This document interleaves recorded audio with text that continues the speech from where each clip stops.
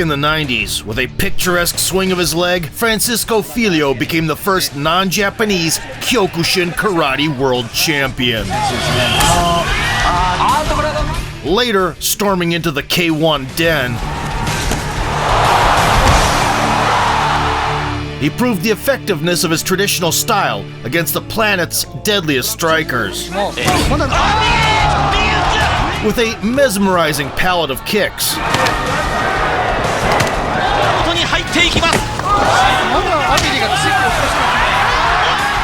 and a lights-out blow,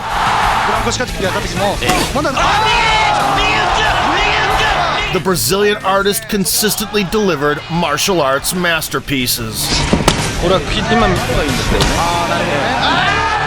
It's time to revisit the vintage knockouts of the Kyokushin Prince.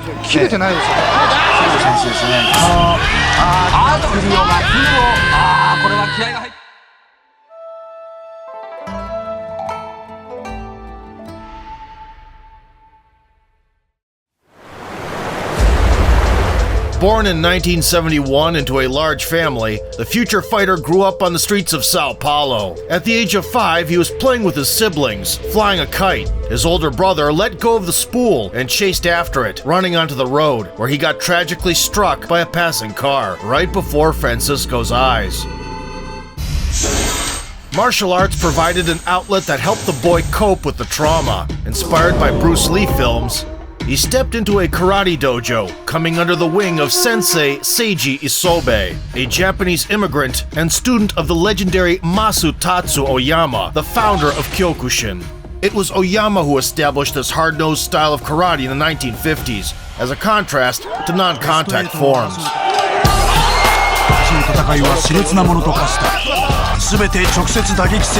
Punches with bare hands to the head were the only restriction, encouraging practitioners to develop a multi-layered kicking arsenal.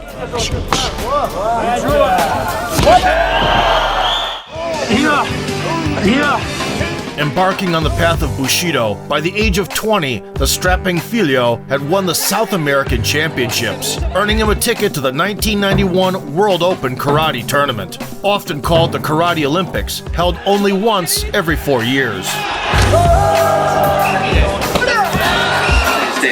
The Brazilian immediately captivated the audience with a high-amplitude pirouette.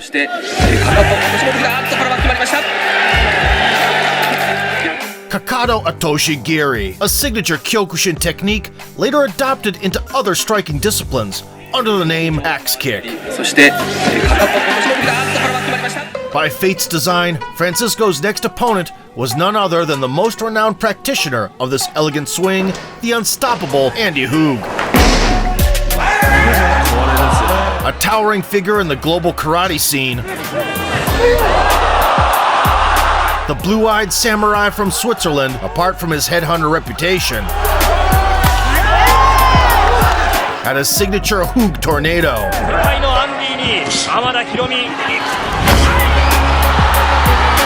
and was one of the very few gaijin, or foreigners, able to compete with Japan's elite. And though Filho had long admired the swish mustache of death trendsetter, that didn't stop him from causing a sensation on the tatami.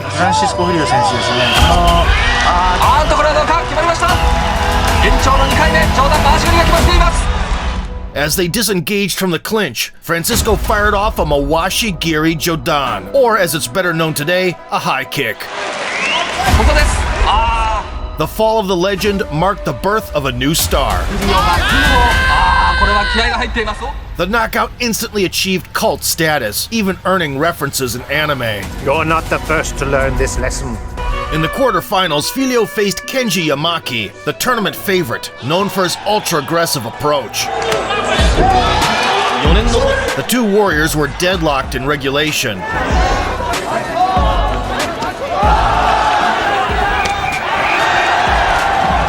And only after 3 overtime rounds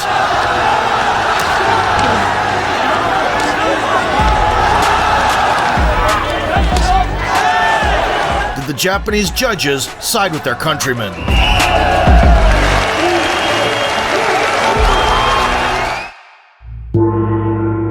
During the next 4 years, Francisco silently perfected his jutsu,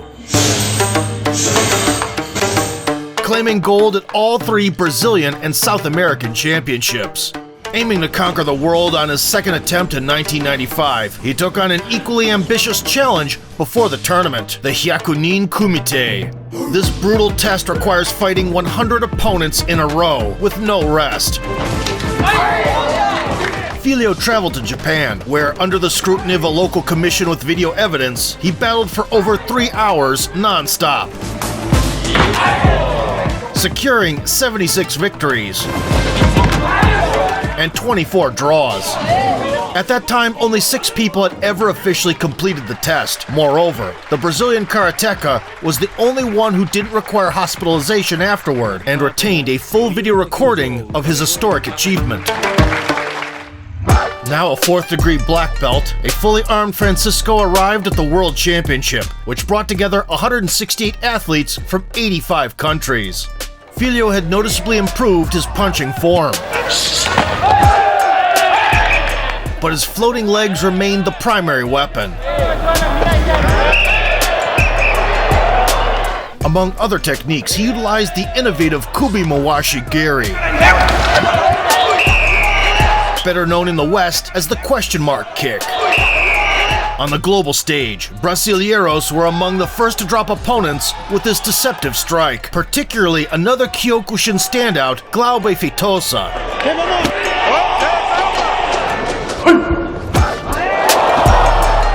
Which is why it is often referred to as the Brazilian kick.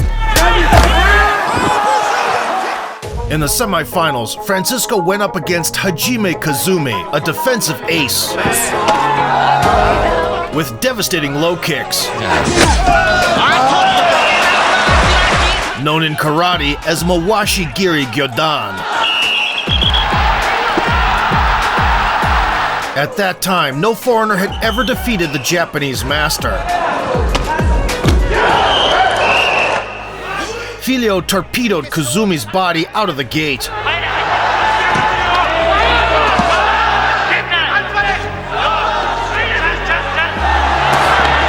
setting up a spinning wheel kick to the head.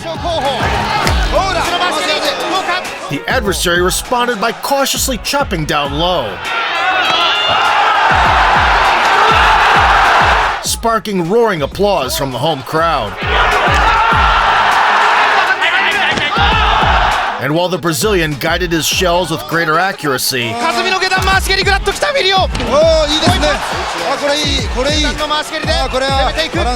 the judges saw it as a draw.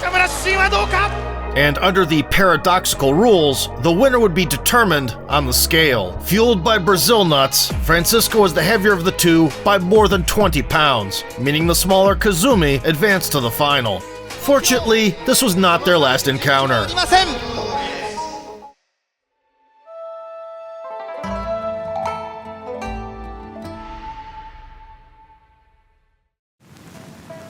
In 1997, Kyokushin introduced weight classes for the first time. At the inaugural World Championships with separated divisions, Filho stayed true to his vintage kicking style,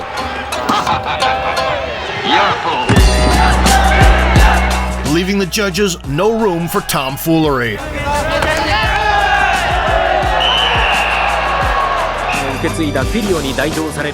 With 2 years remaining until the next contest, Francisco received an offer from the thriving K1 promotion.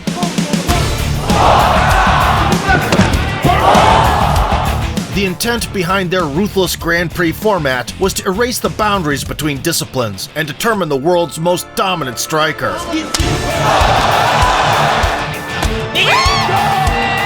By the time Filho debuted under the new rule set, which naturally allowed punches to the face,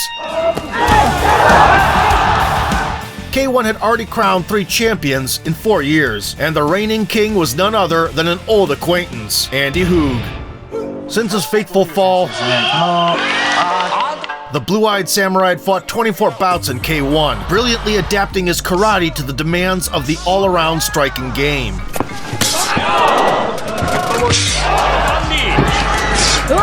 On top of that, it turned out that Hoog could throw hands like nobody's business.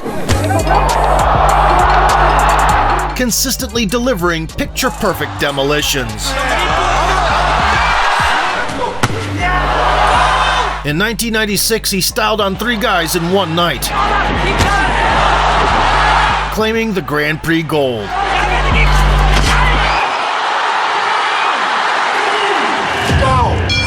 At a sold-out 40,000-seat arena, the Karatekas got their feet wet as usual.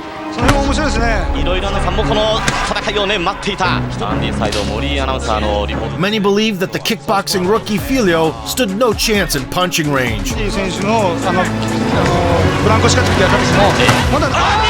They were dead wrong.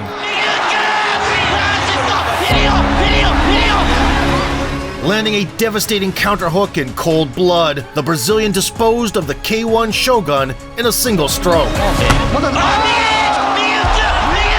And while other Kyokushin heavyweights were still celebrating the ban on face punching, Francisco once again, utilizing Hug's name as a stepping stone, launched himself into the 1997 Grand Prix qualifiers. His first challenge came versus the 6'11" Dwayne Vandermerve, playing the levels against a former professional boxer.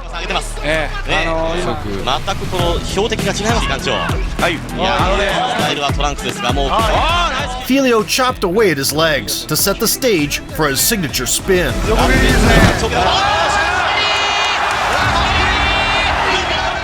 A drilling Ushiro Giri, the #1 remedy for shutting down the liver, and the perfect ticket to the tournament finals.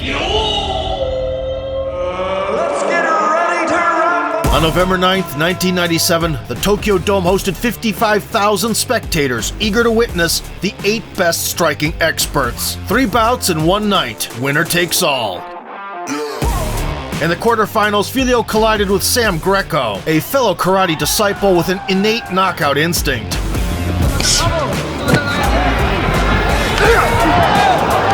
The Australian bulldozer was running over the opposition.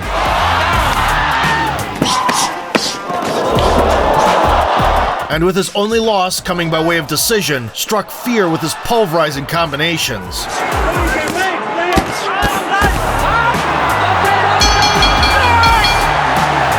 And sheer appearance. Determined to flatten the newcomer, Greco charged in swinging. Getting tagged, Francisco responded with a calculated cheat code right hook. The duel lasted just 15 seconds of doom. The hand gesture at the end signaled both respect for the fallen enemy and Filho's own humility. An hour later, he re-entered the ring for a scrap against Ernesto Hoost, the real-life inspiration for Goro from Mortal Kombat. Hoost gained notoriety as the main supplier of extravagant knockouts, taking heads off and altering his opponent's gaits earned him the nickname Mr. Perfect. The Surinamese Dutchman was streaking with 6 consecutive annihilations, including a clinical finish just 30 minutes earlier.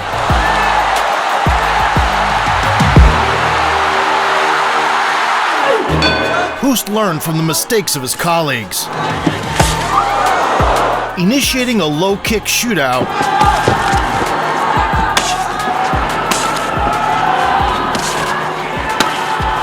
he then gradually mixed in his lightning-fast hands and, staying on the outside, carefully picked his moments to cross the gap. Still, Filho had some tricks up his sleeve,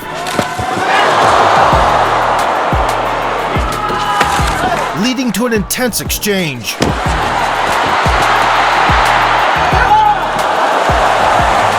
Even in the midst of chaos, the Brazilian found a home for his right hand. In round 2, Hoost embraced the role of a counter-striker,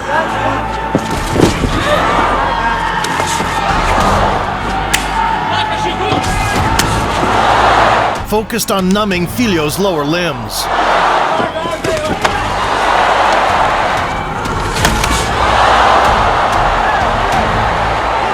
Which shifted the momentum in his favor. Francisco did his best to answer every call.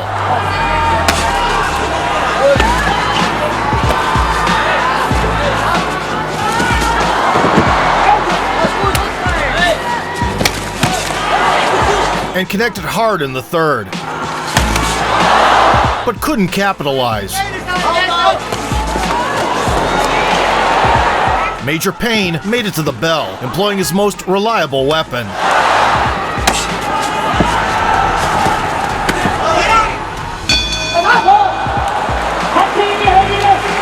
One judge scored it a draw, but the other two fairly awarded the victory to Hoost,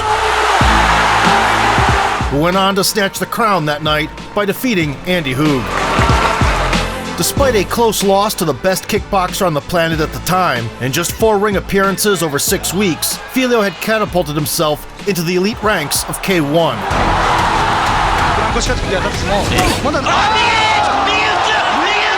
And soon enough, he would get his chance to settle the score.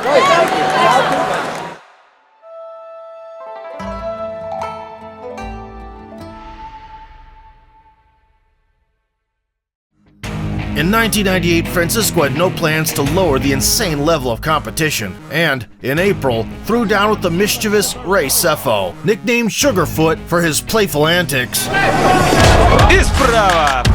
Sefo loved turning fights into a spectacle.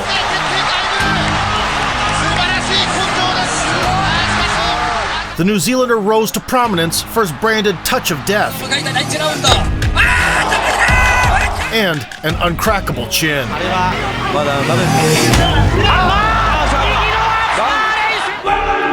In this battle of emotional antipodes, the stoic Filho launched his classic array of kicks.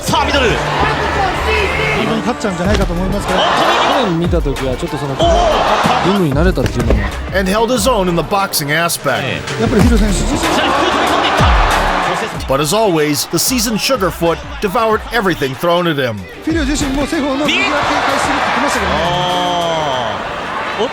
With a mix of lead leg bombing and a bit of showmanship, Sefo was drawing offense out of the Brazilian.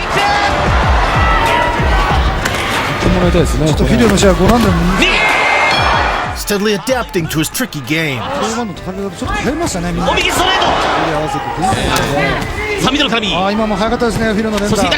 With no evident dominance displayed by either side, the Japanese judges of that era had no issues calling it a draw. That didn't stop Filho from earning a clash with Peter Arts, dubbed the Lumberjack for his chopping leg strikes. The peak-shaped 27-year-old Dutchman had won the K1 Grand Prix twice in a row, in '94 and '95, establishing himself in the pantheon of blood sport demigods. The surprisingly overzealous Brazilian had a rough start,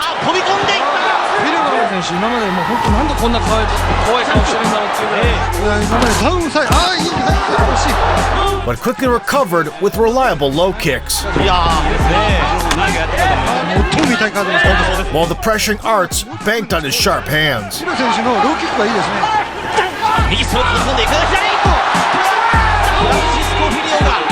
A timely bell announced a break in the action. When the contest resumed, the referee suddenly stopped it. And not in Art's favor. On one of the kicks, the lumberjack shin collided with Filho's block. The shield, widely used in Kyokushin, rendered the attacker injured, so the ironclad Filho emerged victorious. In September, another Grand Prix qualifier took place.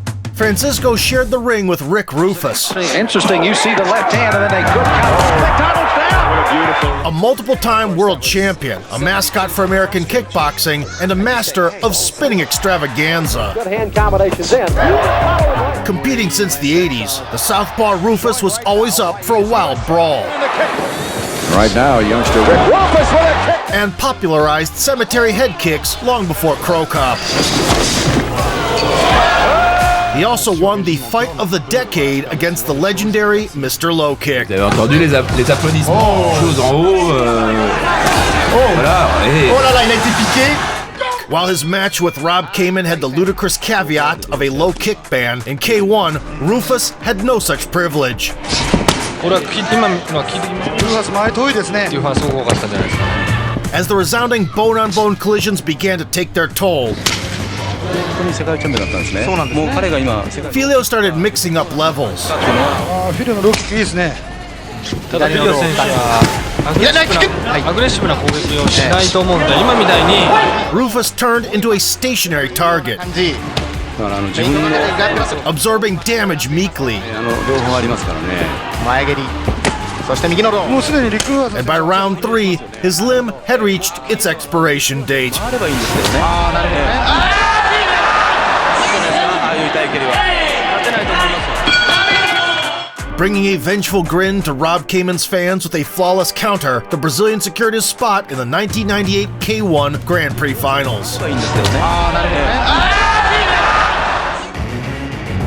This time, the Tokyo Dome packed in 64,000 spectators, a number that, to this day, no modern promotion has been able to replicate. Despite having spent just over a year in kickboxing, Filho had already fought 6 of the 8 tournament finalists. One of the 2 remaining names was Mike Bernardo. Even amidst the mayhem of the 90s, the White Rhino terrified the K1 aristocracy with his unbridled ferocity, triggering a global extinction among the opposition. During his kickboxing sprint, he had already impaled the precious chins of Arts and Hoog. Just like his iron namesake, Mike's power stemmed from his boxing roots.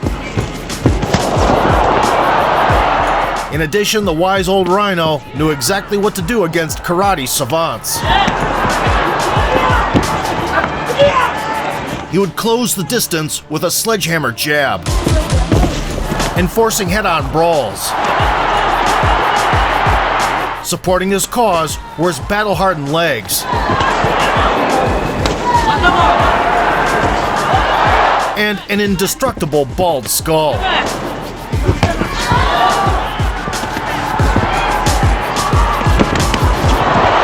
Filho diligently worked his outfighting game.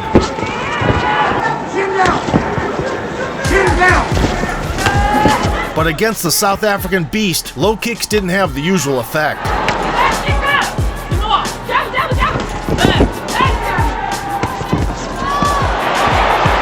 And while Francisco proved formidable with his punches,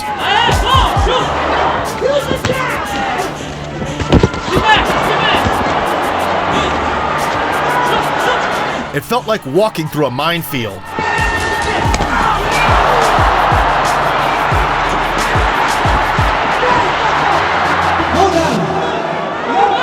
Swaggering from side to side, the White Rhino reigned as the predator in this safari.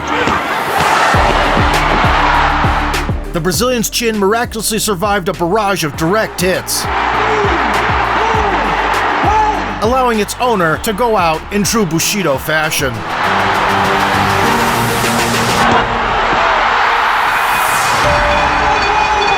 The final blow landed on the back of Filho's head. But as the old school says, guard your back or take the smack. Accepting defeat with the honor of a true karate master, Filho still received his share of applause. In the next stanza, Bernardo would be taken to the cleaners by Arts. It was already their 5th meeting with a personal score of 2-2. The K1's golden era saw the best fight, the best, on a regular basis. So the outcome was harder to predict than John Jones's post-party charges.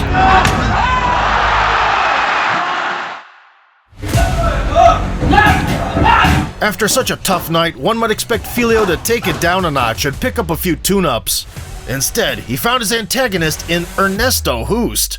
The Japanese matchmakers put together a special event named Revenge, stacked with rematches featuring Crow Cop, Cepho, Bernardo, Gary Goodridge, and Hoog. Part 2 of the rivalry between Brazilian Kyokushin and Dutch kickboxing started with a spin. Then Filho forced his way into the firefight. What happened next is beyond explanation. The spirit of Mike Tyson had possessed the karateka.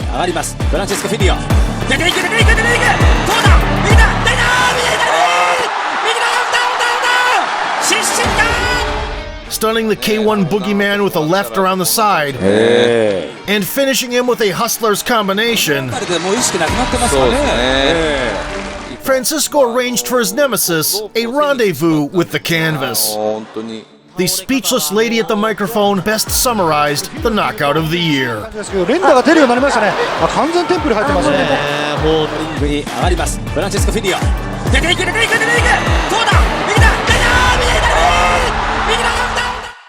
I want you to hit me as hard as you can.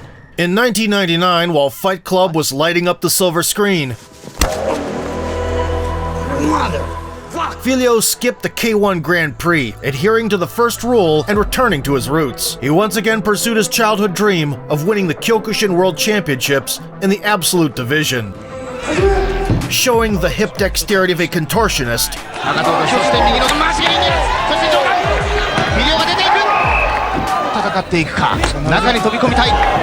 the 28-year-old maestro unveiled a new weapon, the Uragiri, aka the hook kick. And knocking the wind out of people, easily got to the finals. With all the marbles on the line, across stood a familiar foe, Hajime Kazumi, the man who had eliminated Filho from the tournament 4 years prior on the scales. Since then, the samurai with forged steel legs had completed the Hyakunin Kumite and broken several shins on his path to gold. His firepower proved overwhelming even for the knockout king, Glaube Feitosa.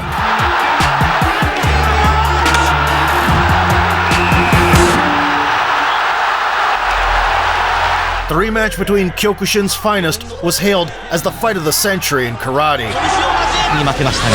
Filho made it clear from the outset that he would answer to the low kicks. After testing his flexibility, he dropped an axe,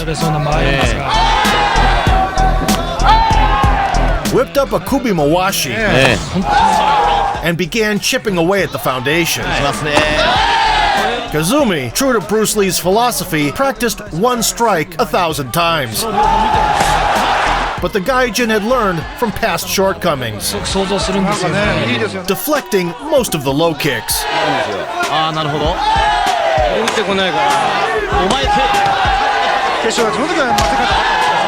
In the last extra round, the trailing samurai was launching into bonsai attacks,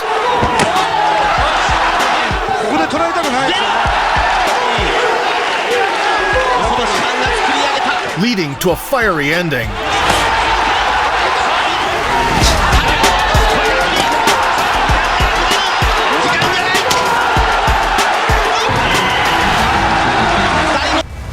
As expected, the judges couldn't determine the winner and had the athletes weigh in. This time, the difference did not exceed the required 22 pounds. Meaning the outcome would be decided by Tamashiwari, the board-breaking challenge that fighters take in between bouts. The score, 22-19. In favor of Filho.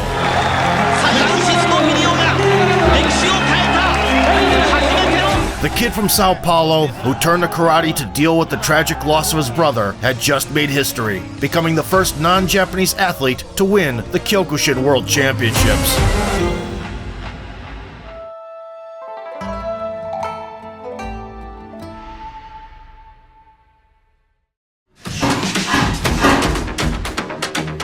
Francisco kicked off the new millennium with a banger against the quick-tempered Jerome Le Banner. With the record for the most oblivions in K1, The cyborg hit as deadly as Truck-kun. The entire elite of the sport, from Bernardo and Hoost to Arts and dozens of others,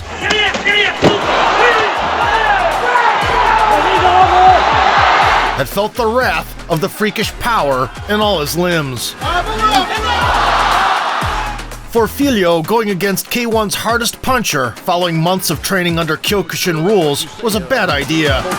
Deal with the mental aspect. Oh, and a vicious left hand, and it's lights out Francisco Filho! After biting on a phantom jab, the Brazilian took the full brunt of the Frenchman's trademark kill shot. Wow, he was out. But in K1, everyone lost at some point. Learning the right lessons made all the difference. Wow! I think I wait too much. I should go. If you have a chance, would you like a revenge? It's not him, it's me. I want to revenge myself, not from the Germany, but 4 months later, Francisco entered a qualifying Grand Prix, immediately showcasing major improvements in pure boxing.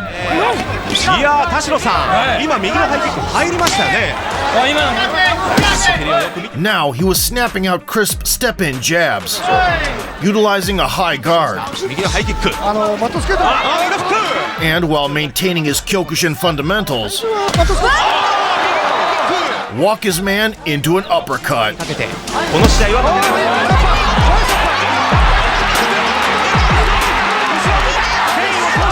Against bigger, pressuring adversaries, he fought like a textbook kickboxer. In the final, his third bout of the night, the Brazilian threw down with Cyril Abedi, boasting a karate background and a streak of 5 KOs. By now, Francisco had fully developed into a counterpuncher and would no longer forgive reckless assaults.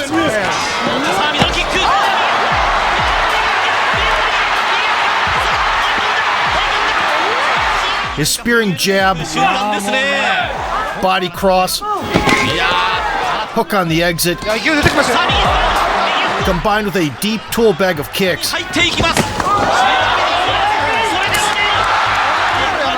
had transformed him into the ultimate ring soldier.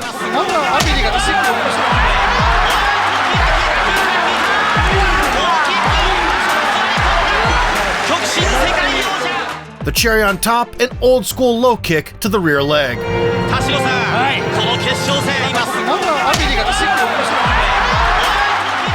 In a short time, Filho had completely reinvented his striking, while also adding a rare new wrinkle to his arsenal, the Hoog tornado kick. And as always, he didn't ignore his downed opponent. Upon winning a regional Grand Prix, Filho earned a spot at the biggest event of the year in December 2000. In the quarterfinals, he faced fresh blood in the form of Stefan Lecco,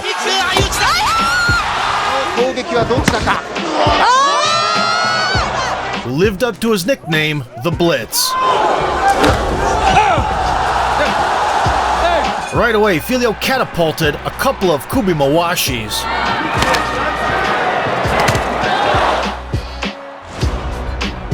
Unloaded clean straights.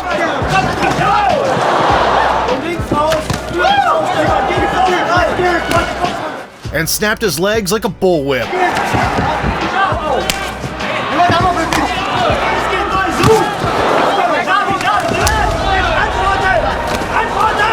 While barely taking any damage for 9 full minutes.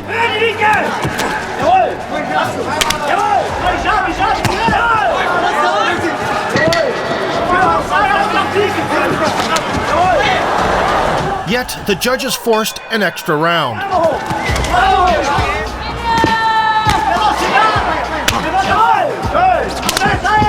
And then another.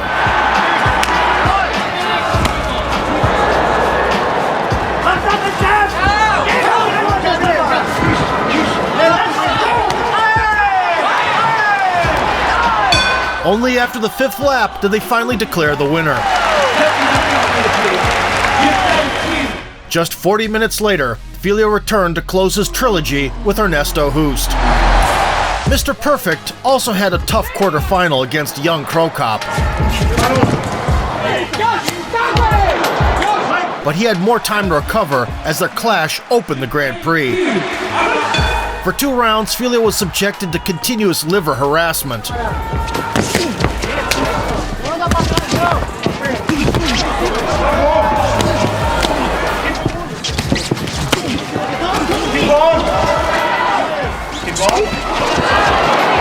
And only burned fuel during singular counter bursts.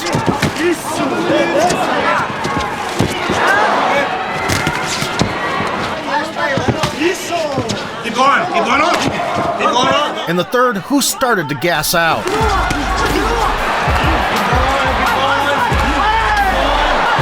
Allowing Filho to seize control.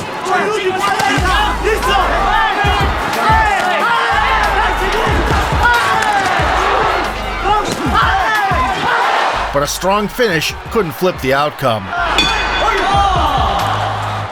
Visibly weathered, Francisco minimized the use of energy-consuming kicks, counting on his revamped boxing throughout the contest. It simply wasn't enough against Prime Ernesto, who would go on to become a 3-time champion that night.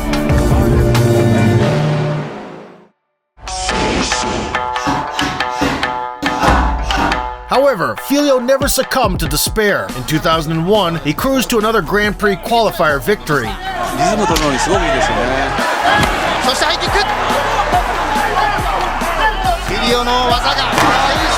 Securing a ticket to his second home of Tokyo. As per tradition, 65,000 fans, 8 of the world's best strikers, 3 fights, 1 champion. Peter Arts craved revenge in the first round. Francisco no longer lagged behind the Dutchman in the punching realm.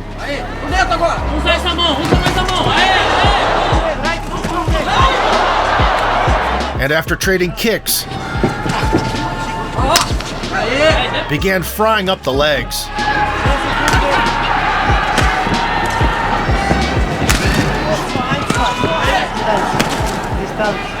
The bewildered lumberjack complained of an injury during the break. His very first high kick slammed into the Kyokushin block. A fracture and a growing hematoma didn't allow Arts to continue. Towering across from Filho in the semis was a 23-year-old Alexei Ignashov, a multiple-time Muay Thai world champion. The talented Belarusian easily dominated the post-Soviet space. Nicknamed the Red Scorpion, Ignashov would go on to dismantle a dozen legends over his long career.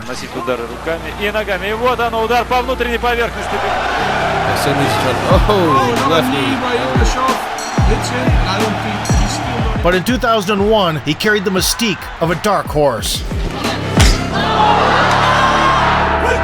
Using his massive advantage and attributes,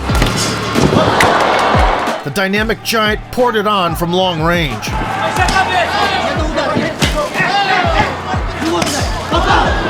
Serving a toxic cocktail of strikes. However, no one has abolished the old-school hazing. Filho first checked whether the Colossus stood on clay feet.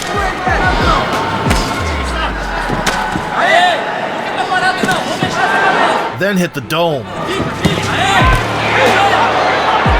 And started tagging the Scorpion coming in.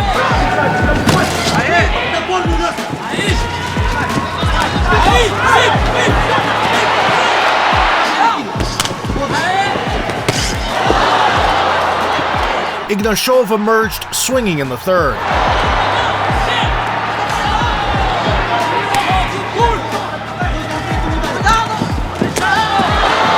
Luckily, the systematic leg battering had taken its toll.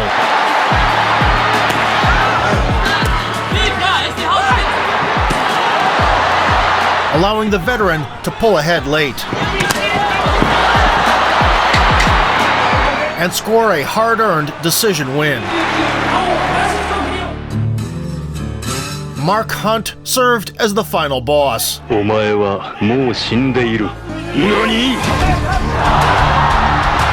Just an hour earlier, the fist of the Samoan star had shut down Jerome Le Banner's lights.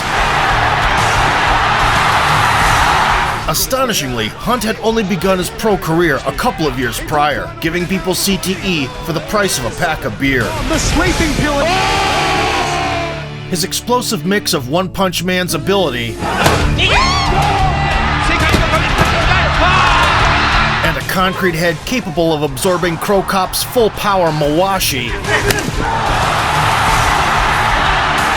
enabled the Super Samoan to shake up K1's hierarchy in record time.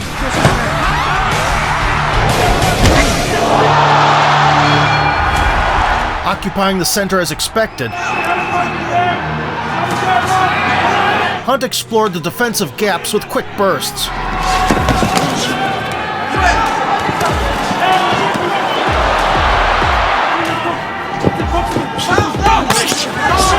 Introducing occasional kicks. Filho disrupted him with a stiff right straight. Chopped down low diligently. Sometimes going up top with the question mark kick.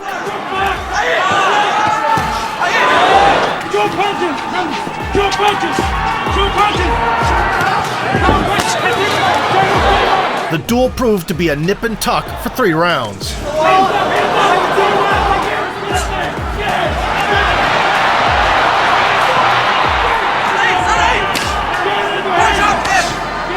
So the judges insisted on continuing the banquet.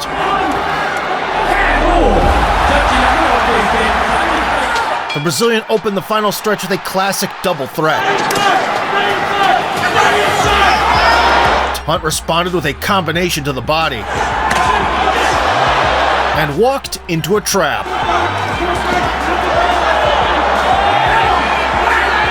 Razor-close exchanges decided the fate of the crown. Although Hunt remained the aggressor, Francisco left no shot unanswered.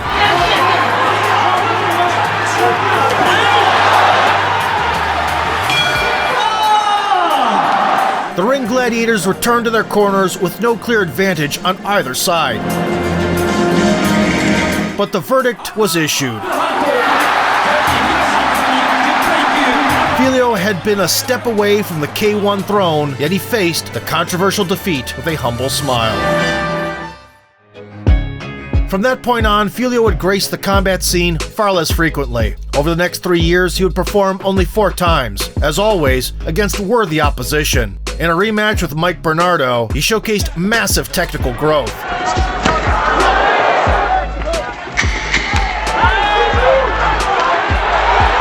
But had to settle for a draw. Went to war in the sequel versus Stefan Lecco.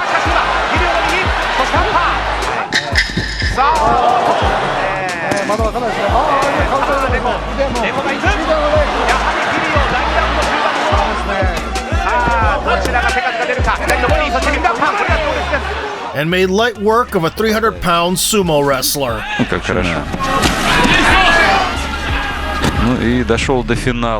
In 2004, the Japanese put on a special Kyokushin versus kickboxing event and offered the retirement-bound Filho a bout with Remy Bonjasky. The Flying Gentleman had cemented the K1 generational shift by winning the 2003 Grand Prix and authored some of the nastiest KOs in recent memory.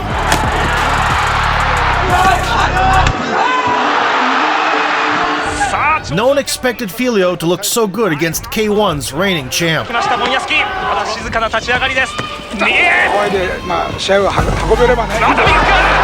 Disciplining the jumpy foe with sharp counterattacks,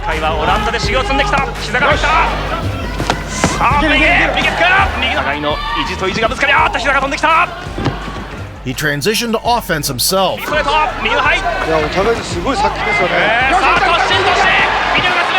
and completely outboxed the opponent.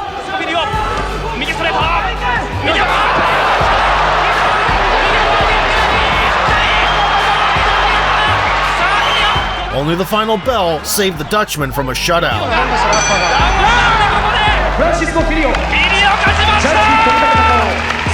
見事この大将戦を制しました。 6 months later, Bonjasky would win another Grand Prix. The 33-year-old Francisco, having just defeated the best kicker of the new era, walked away in peace. He dedicated himself to popularizing karate, mentoring anyone willing to learn. 1, 2, 3, and now we skip. In 2012, Filho received the rare 7th Dan in Kyokushin, an honor bestowed only upon exceptional masters who have made remarkable contributions to the sport. 1, 2, 3, and then Jordan Moshigiri and you turn.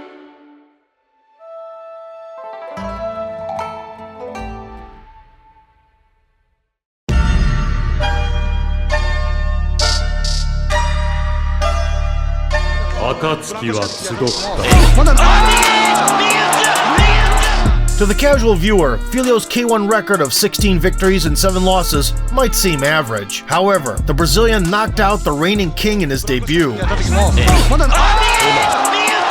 And out of the 5 K1 Grand Prix champions of that era, he had beaten 4. Fighting exclusively against the absolute best,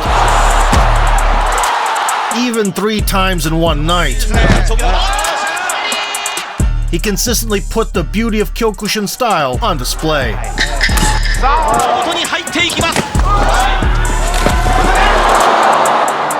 Francisco is the perfect example of why combat sports were named martial arts.